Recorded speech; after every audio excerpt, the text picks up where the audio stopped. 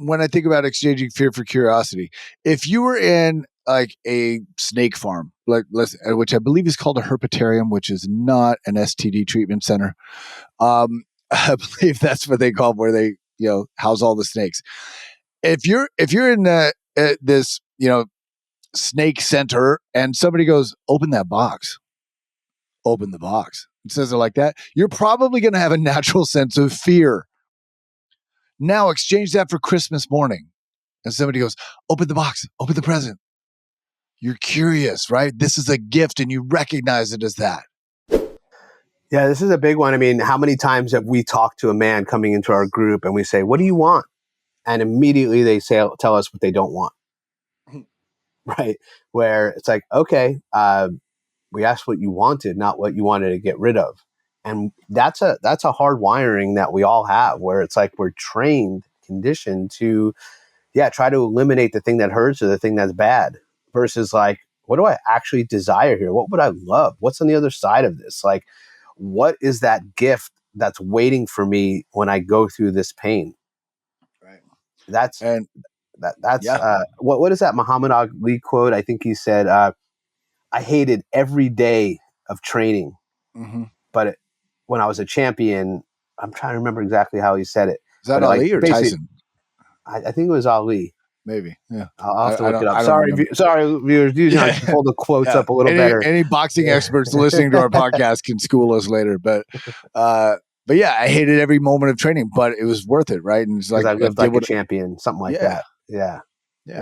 So would you say, it's funny you asked that question, because I think that the next question is kind of a strategy for moving forward through that. So if you would share that. This is cool, because we start to get into physiology and you can really start working with this. How can I exchange my fear for curiosity, right? And at a fundamental level, fear is typically fear of the unknown, something that hasn't happened yet.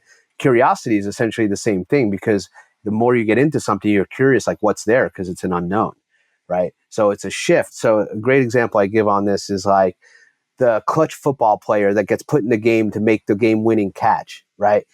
When he goes in there, his physiology is in a state of fight, flight, right?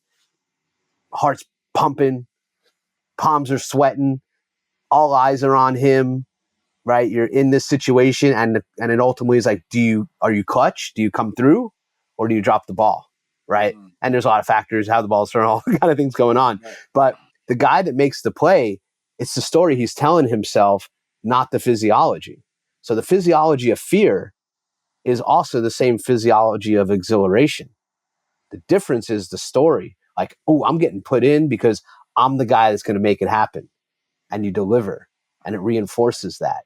So exchanging fear for curiosity is like, ooh, like this is showing up. Oh, this adversary is showing up in my life. Cool. What do you have to show me? Right. Versus like, fuck, this guy again, or this situation, or this circumstance. And it's like, oh, okay, little threshold guardian to deal with.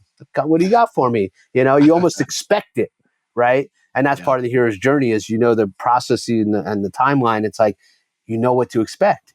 Like when we watch the movies that are based on the hero's journey, you're like, oh, here comes the part where he like digs deep and overcomes. You just know it's coming, right? It's like, it's that same thing of like in that moment of fear, because there's a big difference in our physiology between fear and panic. In fear, there's a moment of conscious realization of I can choose how I'm going to deal with this. Panic, we're frozen or we're fighting, right? So in that moment where you're like, okay, let me get real curious here. So I'd love to hear what you got to say on that. I can nerd out on the physiology, but it's a big piece. It's, when I think about exchanging fear for curiosity, if you were in like a snake farm, which I believe is called a herpetarium, which is not an STD treatment center. I believe that's what they call them, where they, house all the snakes. Wow. If you're in this, snake center and somebody goes, open that box, open the box, and says it like that, you're probably going to have a natural sense of fear. Right. Now exchange that for Christmas morning. And somebody goes, open the box, open the present. You're curious, right? This is a gift and you recognize it as that. So all of the situations in your life, especially something like your relationship, your health. There's no snake in the box that's gonna bite you as soon as you open it. Yeah. You've gotten to everything in your life that you've gone through. You've gotten through just fine, right? You're probably stronger because of it. So, what if Like you to say, exchanged that fear? you made it through 100% of your bad days. Right. You made it through 100% of your bad days. Exactly. Right. Whatever you've had to deal with in your life, you're still here. So you've made it. So instead of being afraid that there's a snake in every box, what if you treat everything like Christmas morning? And even when that car gets repossessed, or you're like, you look in the mirror and go, God, I've put on weight. Okay.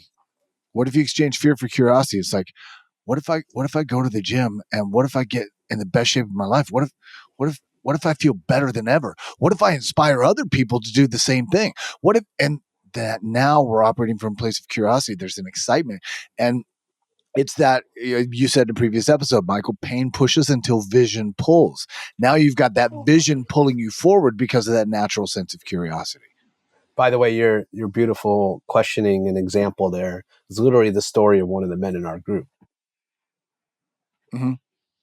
who's now is in the process of creating a coaching business around this very topic. Yep. He's like, if I can transform my body in this way, it's possible for everyone. There's actually no excuses. Yep. That's a beautiful thing. Yep. So kind of ties into this next question, but that fear for curiosity piece, just to add one more dose of the physiology on here. When we get into a curious mode, another word you can use is possibility. When we see possibility, we're actually firing to the prefrontal cortex more, because that's the part of the brain that processes options, that processes seeing the bigger field. It's that lower amygdala fight place that's like this or that, pain or pleasure, go here or go there, like us and them, very much that like yes, no, right, wrong kind of energy, versus like seeing the bigger piece of like, oh, there's actually a lot of possibilities here. I can get curious about a whole lot of things. That shifts that fight or flight out of the lower brain into the higher brain. And Mm-hmm. again, just asking yourself these questions can literally induce a different physiological state in the body in response. Right. So just want to add that Next onto that. question. Yeah. What opportunity is this pain showing me? Right. So What opportunity? another way we could say is, what's the gift in the pain?